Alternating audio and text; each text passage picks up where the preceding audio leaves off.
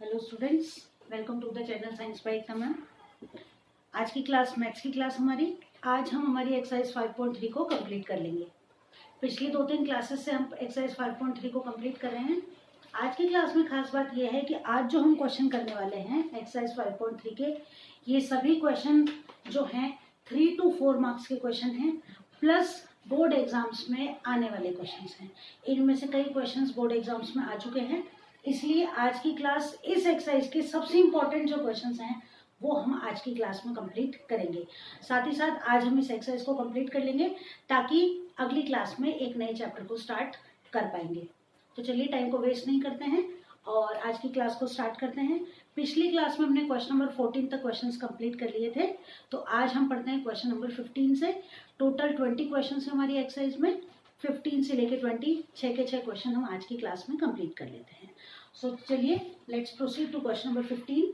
Question number 15 जो है उसमें हमको जो क्वेश्चन दिया हुआ है वो ये है कि a contract on construction job specifies a penalty for the delay of completion beyond a certain date as follows.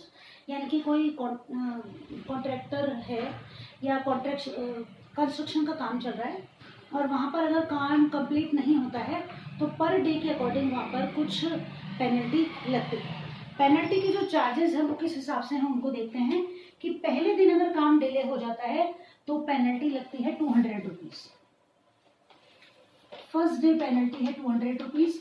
एक दिन में भी काम नहीं होता, दूसरे दिन लेट हो जाता है, 2 दिन लेट हो जाते हैं तो पेनल्टी हो जाती है 250 रुपीज। थर्ड डे वही पेनल्टी हो जाती है 300 रुपीज और फोर्थ डे यही पेनल्टी हो जाती है 350 रुपीज।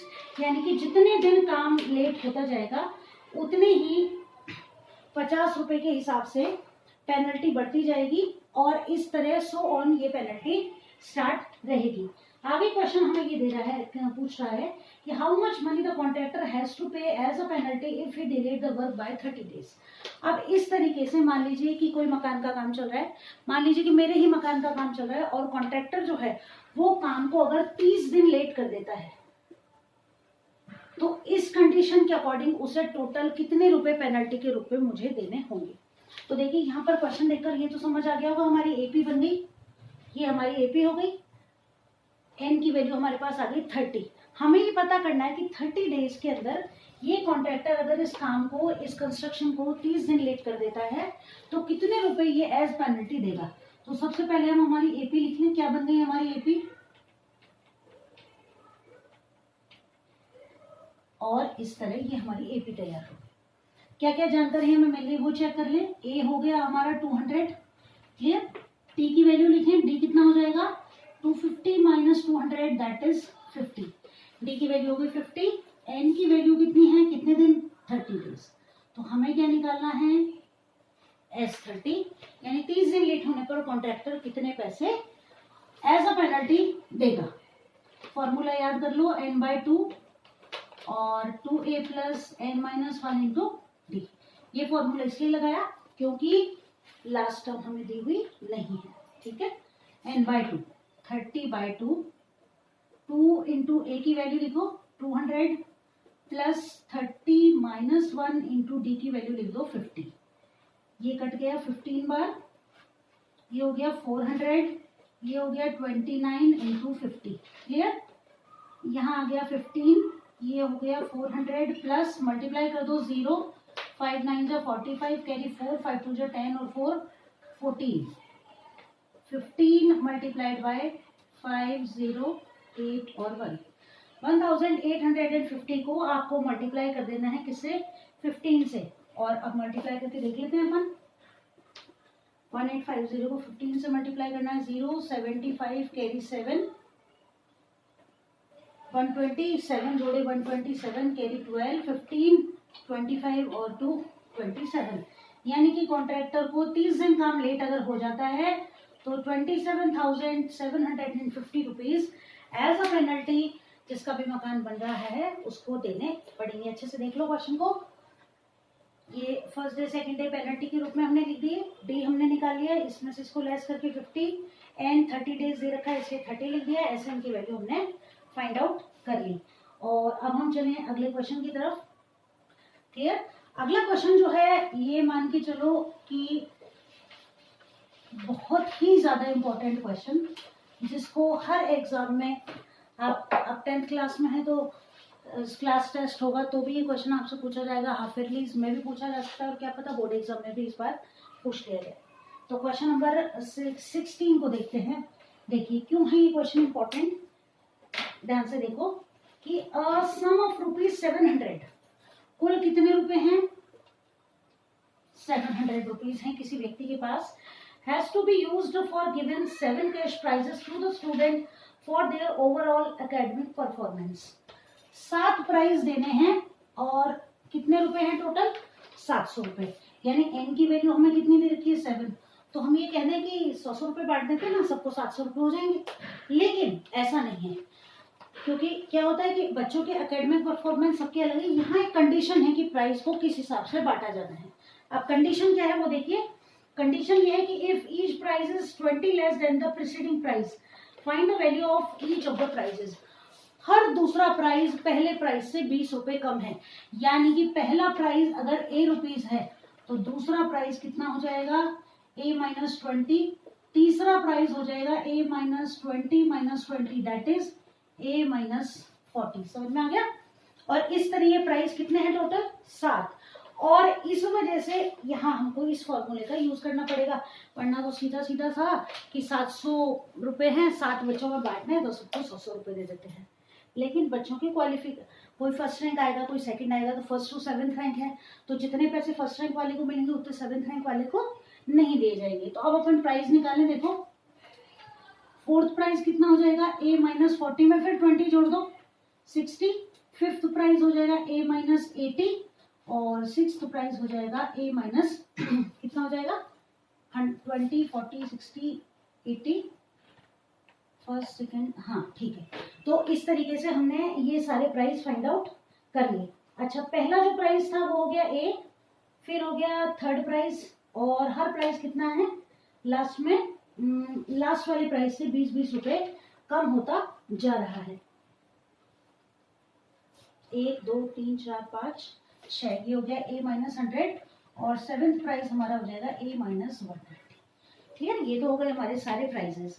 अब हमें वैल्यू निकालनी है किसकी, A की, N की और D की, और उससे हमको क्या फाइंड आउट कर लेना है, N की वैल्यू। अच्छा, हमें वैल्यू फाइंड आउट करनी है किसकी, A की वैल्यू फाइंड आउट करनी है। तो A को A ही रहने देते हैं, तो देखो A हमारा A ही है क्वेश्चन में, L लास्ट टर्म हमारी कितनी है A माइनस 120 और N की वैल्यू कितनी है 7 और SN की वैल्यू कितनी है 700। क्लियर, वैल्यूज को रख देते हैं और A की वैल्यू निकालते हैं और उस तरह हम क्या निकालेंगे, सारे प्राइजेस की भी वैल्यू निकाल लेंगे। तो देखो S7 हमें निकालना है। अच्छा, S की तो वैल्यू हमें दे रखी है कितनी है 700। क्लियर, N/2 दैट इज 7/2 और A प्लस L अगर हम लिखते हैं तो A प्लस L की वैल्यू कितनी है A माइनस 120। क्लियर, अब क्या करना है, 2 को इधर ले आओ, ये हो गया 700 मल्टीप्लाइड बाय 2 और ये 7 आ गया नीचे, यहाँ बराबर में क्या रह जाएगा 2A माइनस 120। क्लियर, सॉल्व कर दो, 7 से ये कट गया 100 बार, 100 2 जा कितने हो गए 200, 120 इधर आ जाएंगे, प्लस के 120 हो जाएंगे बराबर 2A, ये हो गया 320 बराबर 2A और A की वैल्यू कितनी आ गई 320/2 दैट इज 160। तो अब मैं आंसर यहाँ लिखूंगी, A की वैल्यू कितनी आ गई, यानी कि फर्स्ट प्राइस जो होगा ये कितने का हो जाएगा 160 का, दूसरा प्राइस 160 माइनस 20 दैट इज 140, 20-20 कम करते जाओ, थर्ड प्राइस 120 हो जाएगा, ये 100 हो जाएगा, 80 हो जाएगा, 60 हो जाएगा और लास्ट जो है ये कितना हो जाएगा 40 रुपीज हो जाएगा। और चेक करने का तरीका, इन सबको जोड़ के देख लो क्या आ जाना चाहिए 700 आ जाना चाहिए। मैंने चेक कर लिया है, आप और चेक कर लेना जोड़कर कि इन सब का टोटल अगर 700 आ रहा है तो आपने क्वेश्चन को सही सॉल्व किया है। कुल मिलाकर बात यह है कि समझ में ये आना चाहिए, अगर ये क्लियर है आपका तो फिर यहाँ तो आपको कोई रोक ही नहीं सकता। ये मैंने आपको बता ही दिया किस तरह किया हमने, ये -20 40 कैसे हुए, तो ये भी पता है कि हर प्राइस पहले से 20 रुपए कम है तो A -20 फिर -20 फिर A -40 फिर -20 और इस तरह ये नेगेटिव नंबर बढ़ता जाएगा। इंपॉर्टेंट क्वेश्चन है ये, अच्छे से करना है इसको। अब चलते हैं आगे और करते हैं क्वेश्चन नंबर 17 को सॉल्व, 17, 18, 19, 20, केवल 4 क्वेश्चन अब हमारे इस एक्सरसाइज के बाकी रहे। क्वेश्चन नंबर 17 को कंप्लीट करते हैं।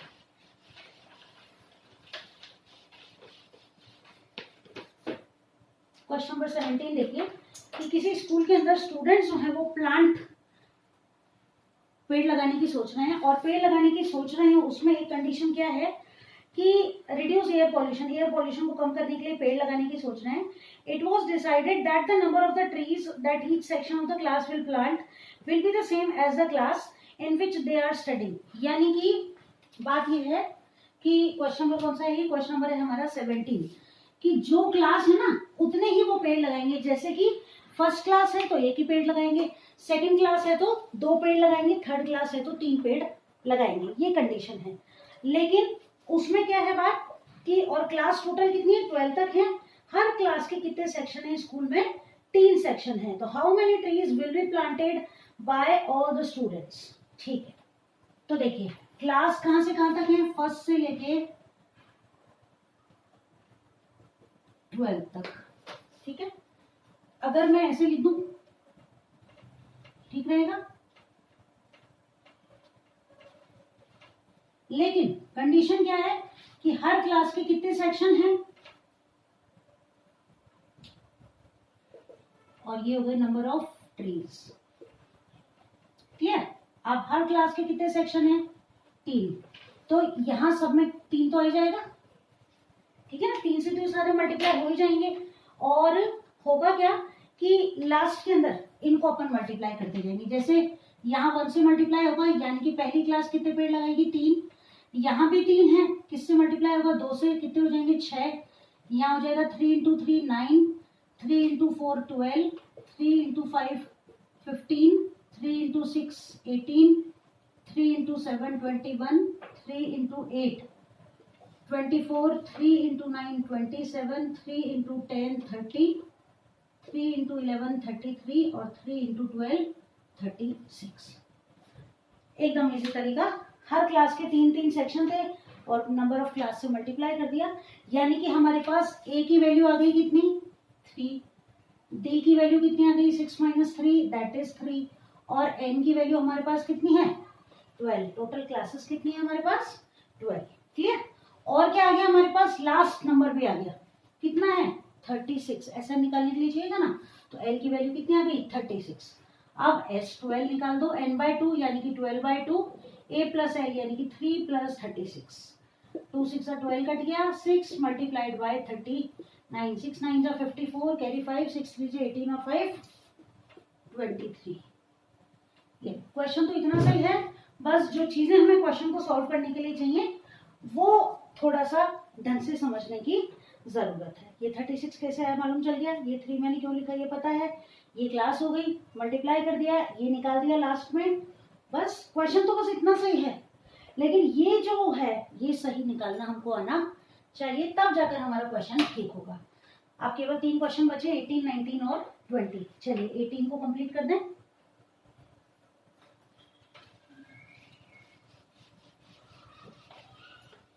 क्वेश्चन नंबर 18, क्वेश्चन नंबर 18 में क्या है कि आपको कुछ सेमी सर्कल्स बने हुए दे रखे हैं।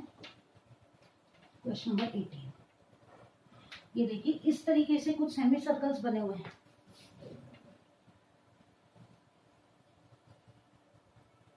है ना, ये सेमी सर्कल्स बने हुए हैं।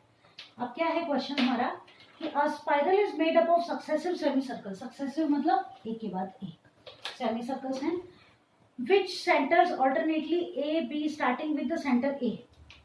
ठीक है, सेंटर इसका A है, फिर B हो गया, C D and so on, ये आगे बढ़ते जाएंगे। रेडियस है इनका 0.5, यानी पहले का रेडियस 0.5, ठीक है, दूसरे का 1.0, फिर 1.5, फिर 2.0, फिर 2.5, फिर 3.0, इस तरह से इनकी रेडियस बढ़ती जाएगी। टोटल कितने हैं यहाँ पर, 13 कॉन्सिक्यूटिव सेमी सर्कल्स हैं, टोटल 13 है, यानी ये रेडियस लास्ट कहाँ तक पहुंच जाएगी, रेडियस लास्ट R13 कितनी हो जाएगी, 13 इंटू 0.5 6.5 तक पहुंच जाएगी। अब देखिए आपको क्या करना पड़ेगा, यहाँ पर इनका सरकमफेरेंस निकालना पड़ेगा। तो एक बार याद करो कि सरकमफेरेंस ऑफ सर्कल क्या होता है, 2πr, लेकिन यहाँ आपके पास कैसे है, सेमी सर्कल्स, तो सेमी सर्कल का सर्कमफेरेंस जो आप निकालोगे उसके लिए क्या फॉर्मूला काम में लोगे, आधा कर देंगे, 2πr का हाफ कर देंगे, that will B πr। Clear. अब आप क्या करोगे कि हर सेमी सर्कल के लिए आपको निकालना पड़ेगा क्या, इनका सर्कमफेरेंस, उसको अपन L से डिनोट कर देते हैं, L1 निकालते हैं, L1 that is pi into R, R कितना है देखो यहाँ 0.5। ठीक है, आप देखो डेसिमल हटा देते हैं, इसका नीचे 10 आ जाएगा, 5 2 ज़ा 10 और 2 से ही कट गया, कितना आ गया 11/7। L2 जब आप निकालते हो तो सेम रहेगा 22/7 मल्टीप्लाइड बाय 1/1 ही है केवल, है ना, तो ये कितना हो जाएगा 22/7। L3 L4 निकालोगे, लास्ट आपको कहाँ तक निकालना है 13 तक, तो अब हम निकाल लेते हैं L13 को, 22/7 इंटू 6.5, डेसिमल हटा देंगे, नीचे 10 आ जाएगा, 5 1 जा 5, 5 3 जा 15, 5 2 जा 10, 2 से इसको कैंसिल कर दिया 11 बार, 11 इंटू 13/7, 7 ये हो गया, 11 3 जा 33, कैरी 3, 11 1 जा 11 और 3 कितने हो गए 14।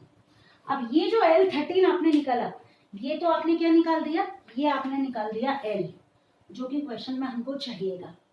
ये L1 जो आपने निकाला, ये क्या निकाला A फर्स्ट डिजिट, क्या रह गया D, D कैसे निकालेंगे 22/7 माइनस 11/7, कितना हो जाएगा 11/7 ही आ जाएगा, नीचे 7 common, 22 minus 11 that will be equal to 11/7, यानी कि इस क्वेश्चन के लिए A और D की वैल्यू सेम है।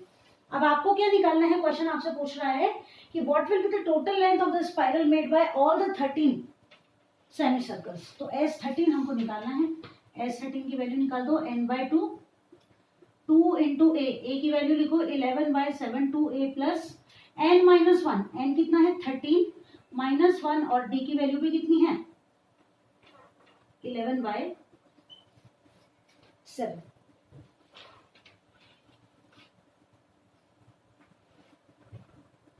क्लियर। अब क्या करना है हमको, S13 की वैल्यू निकाल दें, देखो ये हो गया 13/2, ये हो गया 22/7 प्लस 12 इंटू 11/7, यहाँ आ गया 13/2, 22/7 प्लस 12 को 11 से मल्टीप्लाई कर दो, 12 1 जा 12, कैरी 1, 12 1 जा 12 और 1 13, 132/7। क्लियर यहाँ तक। 132/7 लिखने के बाद हमको क्या कर देना है, या तो इस फॉर्मूले से कर दें या फिर हम इससे भी कर सकते थे, 143/7 करके भी कर सकते थे, तो ये लेंथी लगे तो भी ठीक है, वैसे भी कर लेते हैं, दोनों से कर लेते हैं।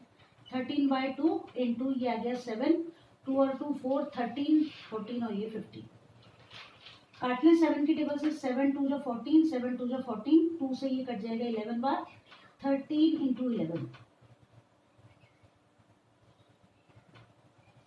143, ऐसे कर लो तो भी ठीक है, और आप चाहो तो n/2 A प्लस L से कर लो, S13 बराबर n/2, n/2 कितना है 13/2, A कितना है 11/7 प्लस L कितना है 143/7, 13/2 इंटू ये 7 और इनको ऐड कर दो, 3 और 1 4, 14 और 1 15, 7 से ये कट जाएगा वही 22 बार, ये कट जाएगा 11 बार, ये आ गया 143, ये ज़्यादा इजी है ना, ऐसे कर लेंगे तो ज़्यादा ठीक रहेगा, ऐसे कर लो तो भी ठीक है, ऐसे कर लो तो भी ठीक है, जो आपको इजी लगे, जो आपको कंफर्टेबल हो जिसमें, उसको कर लो। वैसे दोनों तरीके मैंने बता दिए, जैसा आपको ठीक लगे वो तरीका हम इसमें काम में ले सकते हैं, और इस तरीके से हम ये क्वेश्चन सॉल्व कर सकते हैं। चाहे तो हम इस तरीके से कर लें, A और L ये आएगी हमारे पास, A और L है, N हमारे पास है, ये हमने निकाल लिया, चाहो तो ऐसे कर लो चाहे ऐसे कर लो, दोनों ही तरीके ठीक है, जो आपको कंफर्टेबल हो, बाकी ये ज़्यादा ईजी है तो यहाँ से कर लो तो ज़्यादा ठीक है। चले आगे और क्वेश्चन नंबर 19 को सॉल्व करते हैं।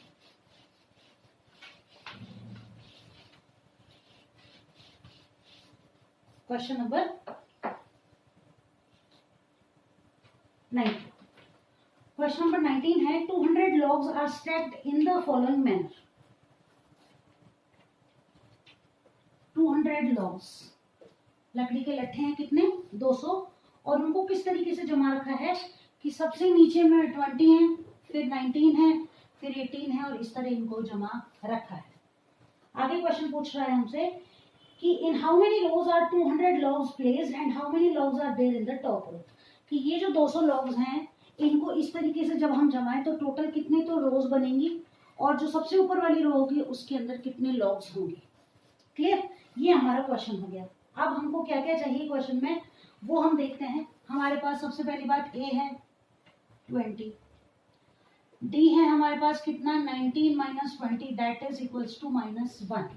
क्लियर, और क्या है हमारे पास एस एन की वैल्यू है जो कि कितनी है, तो पहले तो हमें क्या निकालना है, एन को फाइंड आउट करना है। एन फाइंड आउट कैसे करेंगे, एन को फाइंड आउट करने के लिए हमें फॉर्मूला वही एस एन वाला लगाना पड़ेगा। 200 equals to n by 2,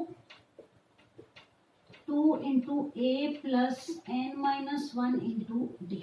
clear, 2 को इधर ले आओ, 400 हो जाएंगे इक्वल्स टू n, ये हो गया 40 प्लस -1 को n से मल्टीप्लाई करेंगे माइनस के n और माइनस माइनस प्लस के 1। क्लियर, चलो 400 बराबर हो गए 40n प्लस माइनस n को n से मल्टीप्लाई करेंगे माइनस के n स्क्वायर। अच्छा ये +1 था, ठीक है, तो इसको क्या करें 40 और 1 कितना कर दें 41n कर देते हैं। ठीक, इसको इधर ले आए माइनस का n स्क्वायर, इनको इधर ले आते हैं। इक्वेशन क्या बन जाएगी हमारी n square minus 41n plus 400 equals to 0। ये तो इधर है, इन दोनों को हम इधर ले आते हैं नेगेटिव साइन को चेंज करने के लिए। अब देखो ऐसे दो नंबर ढूंढने हैं जिनको मल्टीप्लाई करने पर तो क्या आना चाहिए 400 और जोड़ने या घटाने पर आना चाहिए 41। तो आप लोग प्रैक्टिस करेंगे, जैसे जैसे सीखते जाएंगे इसके टुकड़े हो जाएंगे 25 और 16। 25 को 16 से मल्टीप्लाई करेंगे 400 आ जाएंगे, और 25 और 16 हो जाएंगे कितने 41। आप देखो n square plus minus 25n minus 16n plus 400 equals to 0। यहाँ n कॉमन ले लो, n माइनस 25, यहाँ माइनस के 16 कॉमन ले लो, n माइनस 25। एक तो आ गया n माइनस 25 और एक आ गया n माइनस 16, यानी n की दो वैल्यूज आ रही है हमारे पास, एक आ रही है 25 और एक आ रही है 16। अब हमें क्या करना पड़ेगा, n की दोनों वैल्यूज को पुट करना पड़ेगा। n की वैल्यू पहले हम रख लेते हैं कितनी 25, और फिर हम रख लेते हैं n की वैल्यू कितनी 16। देखो सबसे पहले हम रखते हैं n बराबर 25, तो हमें निकालना है लास्ट उसमें कितने लॉग्स होंगे। an की वैल्यू निकालनी है, a निकाल लेते हैं अपन an। ठीक है, n की जगह हमें कितना लिखना है 25, तो a कितना है देखो a plus n minus 1 into D, ये हो गया 20 प्लस 24 इंटू माइनस 1, कितना हो गया 20 माइनस 24 दैट विल बी -4। तो -4 लॉग्स तो आ नहीं सकते है ना, तो अब हम रखते हैं n बराबर 16। a 16 निकालें तो 20 प्लस 16 माइनस 1 इंटू माइनस 1, ये हो गया 20 plus 15 into minus 1, 20 minus 15 that is equals to 5। तो हमारा क्वेश्चन का सॉल्यूशन हो गया। नंबर ऑफ रोज हो गई 16 और नंबर ऑफ लॉग्स हो गए 5। तो नंबर ऑफ रोज ये तो हम लेंगे नहीं, नंबर ऑफ रोज हो गई 16 और number of logs in the last row कितना हो जाएगा 5। ये हमारे दोनों आंसर आ गए। बोर्ड एग्जाम में आया हुआ क्वेश्चन है ये एक बार। तो चलो क्लियर हो गया, कंप्लीट है। 200 से आपने n की वैल्यू निकाल दी और n की दोनों वैल्यूज को पुट करके, और हमने वैल्यू निकाल दी किसकी नंबर ऑफ रोज की और number of logs in the last row. सभी क्वेश्चन इंपॉर्टेंट है क्योंकि समझ कर करने में टाइम लगता है। क्लियर है, चलिए अब हम चलें इस एक्सरसाइज को कंप्लीट कर दें आज, और हम करें क्वेश्चन कौन सा 20।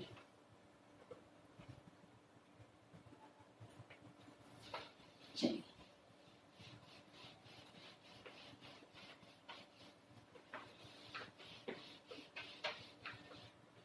क्वेश्चन नंबर 20, ये पोटैटो रेस के बारे में क्वेश्चन हमको बता रहा है। Question number 20 that is the last question. कि एक पोटैटो रेस हो रही है, एक बकेट है जो कि स्टार्टिंग पॉइंट पे रखी हुई है, जो कि 5 मीटर दूर है पहले पोटैटो से। देखो ये इस तरीके से रखा हुआ है कि पहला जो पोटैटो है ना ये 5 मीटर दूर है, दूसरा फिर यहाँ से 3 मीटर दूर है, फिर 3 मीटर दूर है और फिर 3 मीटर दूर है। यहाँ अगर कोई व्यक्ति खड़ा हुआ है मान लो यहाँ अगर कोई व्यक्ति खड़ा है, तो गेम क्या है ये कि पहले इसको यहाँ से यहाँ तक ही पोटैटो उठा के यहाँ वापस आना है, फिर इसको दूसरा पोटैटो के लिए वापस यहाँ तक जाके फिर यहाँ से वापस आना है, फिर तीसरे के लिए यहाँ तक जाके फिर वापस आना है। क्लियर? अब कुल कितने पोटैटो रखे हुए हैं? 10, यानी कि n की वैल्यू कितनी है? 10। आपको क्या करना है? आपको वैल्यू निकालनी है a की और उससे फिर क्वेश्चन को सॉल्व कर देना है। देखो, distance for picking up first potato,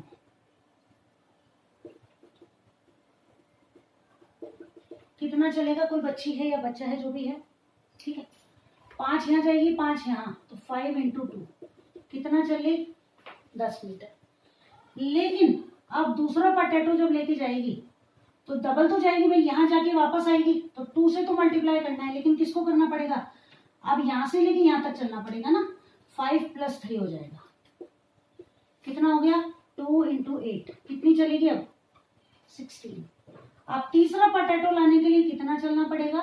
2 से तो मल्टीप्लाई होगा, 5 + 3 और फिर +3 ये वाला यहाँ तक, तो ये हो गया 2 × 3 3 6 और 5 11 20 मीटर।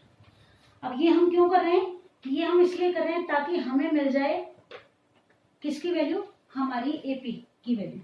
तो अब हमारी एपी मिल गई हमको 10, 16, 22 और ये, तो a की वैल्यू आ गई 10, d की वैल्यू आ गई 16 - 10 दैट इज 6 और n की वैल्यू हमारे पास कितनी है? 10। क्लियर? अब क्वेश्चन लास्ट में ये पूछ रहा है कि टोटल डिस्टेंस कोई कंपटीटर जो है अगर जीत जाता है तो टोटल कितना चलेगा वो आपको बताना है, यानी कि आपको S10 की वैल्यू निकालनी है। ठीक है, यहाँ सॉल्व कर दें।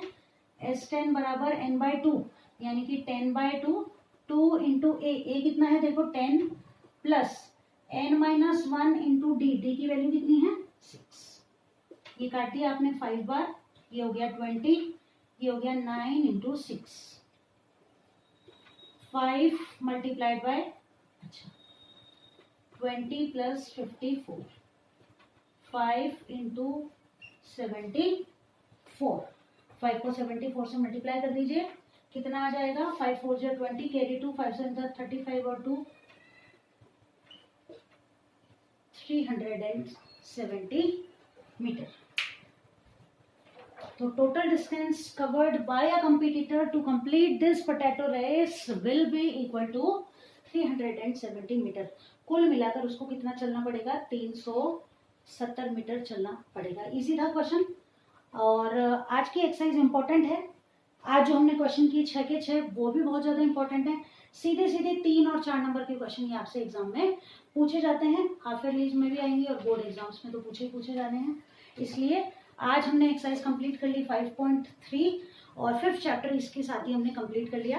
अगली क्लास में एक नया चैप्टर स्टार्ट करेंगे हमारी मैथमेटिक्स की बुक का, और इसी तरह पढ़ते रहिए, स्टडी करते रहिए, अपनी पढ़ाई को लगातार जारी रखिए, बीच में गैप ना आए जिससे कि, और बाकी सब्जेक्ट्स की भी तैयारी करते रहिए, क्योंकि बोर्ड में ऑल ओवर आपको अपना अच्छे से अच्छा प्रदर्शन करना है। तो इसी उम्मीद के साथ कि आप अच्छे से पढ़ाई कर रहे हैं। आज की क्लास बस यहीं तक, जल्दी मिलेंगे अगली क्लास में एक नए मैथ्स के चैप्टर के साथ। तब तक के लिए गुड बाय।